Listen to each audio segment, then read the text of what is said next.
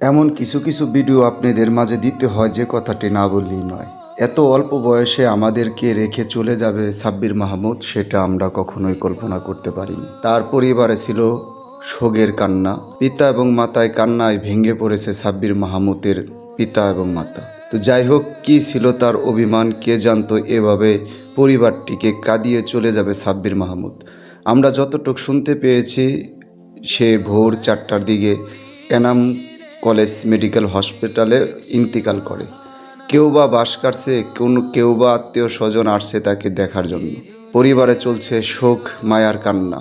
দেখতেই পারছেন, মানুষ, শত শত মানুষ এসে অকালের মৃত্যু দেখার জন্য চলে এসেছে দূর দূরান্ত থেকে শত শত মানুষ।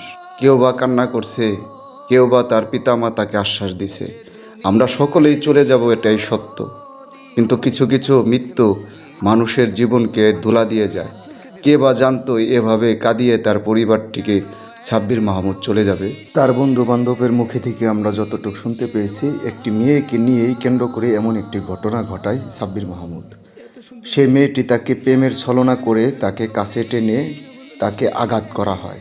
সেই আঘাত সে সহ্য না করতে পারে, সে কীটনাশকমূলক বিষ পান করে সে অকালে মৃত্যুবরণ করে পরিবারটিকে কাঁদিয়ে চলে যায়।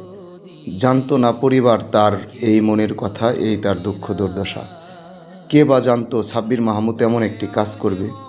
আজ তার পরিবারে মায়ার এবং শোকের কান্নায় ভেঙে পড়েছে তার পিতা এবং মাতা, তার আত্মীয় স্বজনরা। কান্না করছে তার বন্ধুবান্ধব সহ পাড়া প্রতিবেশী সকল আত্মীয় স্বজনরা। দেখতেই পারছেন, কেউ বা ব্যস্ত আছে খাটিয়ে নিয়ে। এই তো সাব্বিরের লাশ।